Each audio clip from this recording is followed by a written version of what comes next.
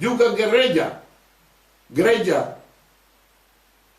Nederlands Reform tahun 56, gereja sinode dari gereja Hervormd kasih seruan minta supaya Belanda offer Papua ke Indonesia. Seruan itu saya tetap tuntut. Baru-baru 150 tahun saya tuntut, kamu tarik kembali itu seruan. Mereka tidak mau. Berarti gereja masih tetap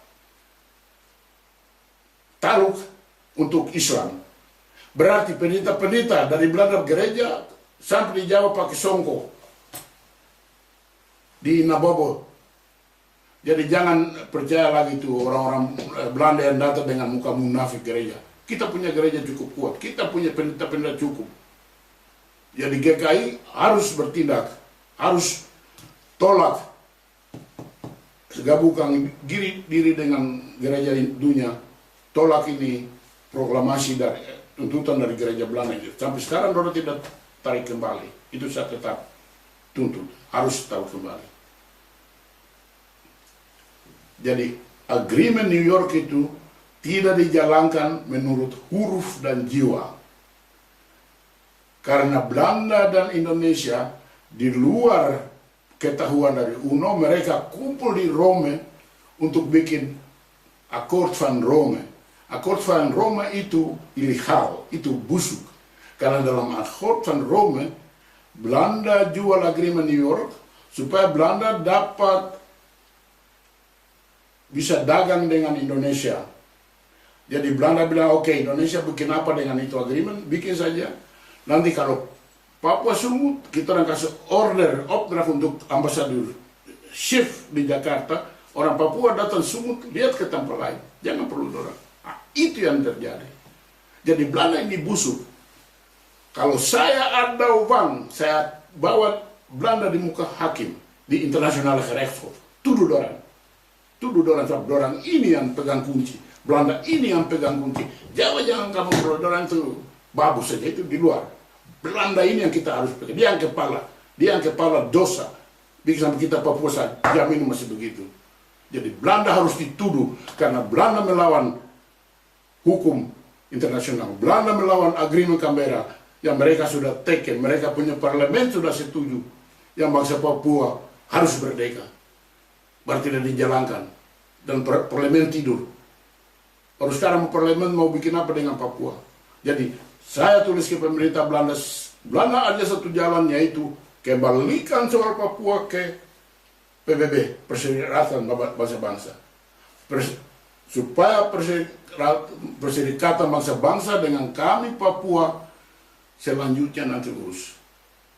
Jadi kalau Papua Barat di bawah awasan dari UNTEA kembali, kita perlu berapa tahun untuk urus diri, untuk recover,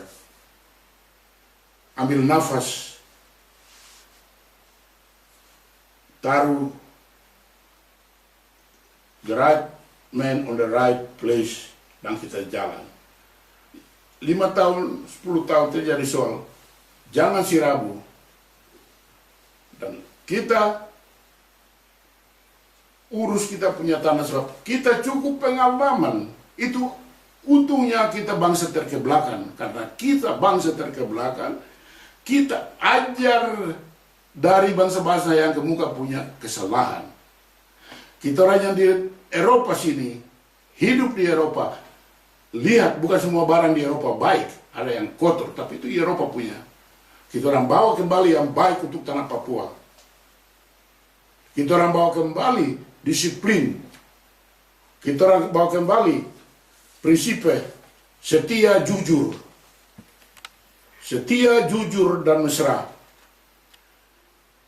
Setia untuk diri.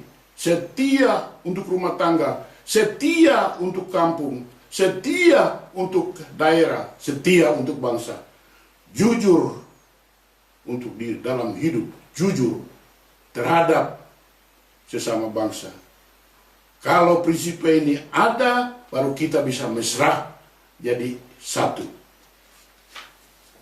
Saudara-saudara, Jangan marah, tapi ada satu simbol yang digunakan, yaitu one people, one soul, itu simbol palsu. Simbol one people, one soul, waktu Nihunera Tuan Yowa majukan,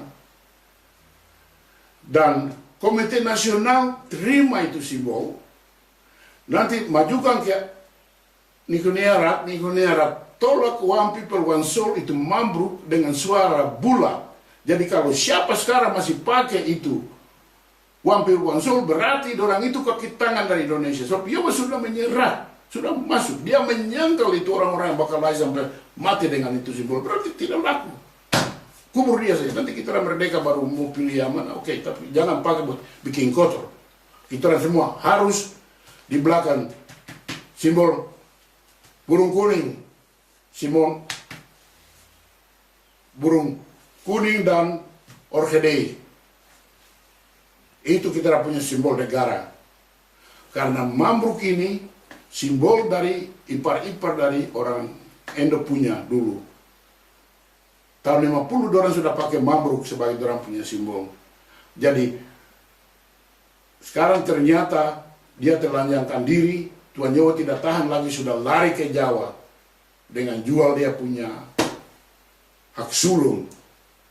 Dengan itu dia jual, dia menyangkal sumpah setia kepada Nihunera. Anggota Nihunera semua harus sumpah setia untuk bangsa dan masyarakat. Itu dia jual.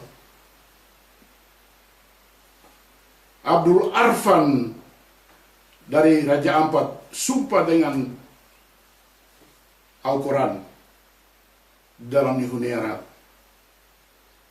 Jujur sampai mati. Semua jujur sampai mati. Anggota-anggota Nihunera waktu itu disengsarakan. Penehas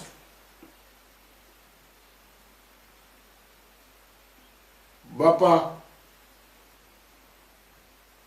Burwos, Bapak Arif yang begitu umur tinggi disengsarakan dalam penjara.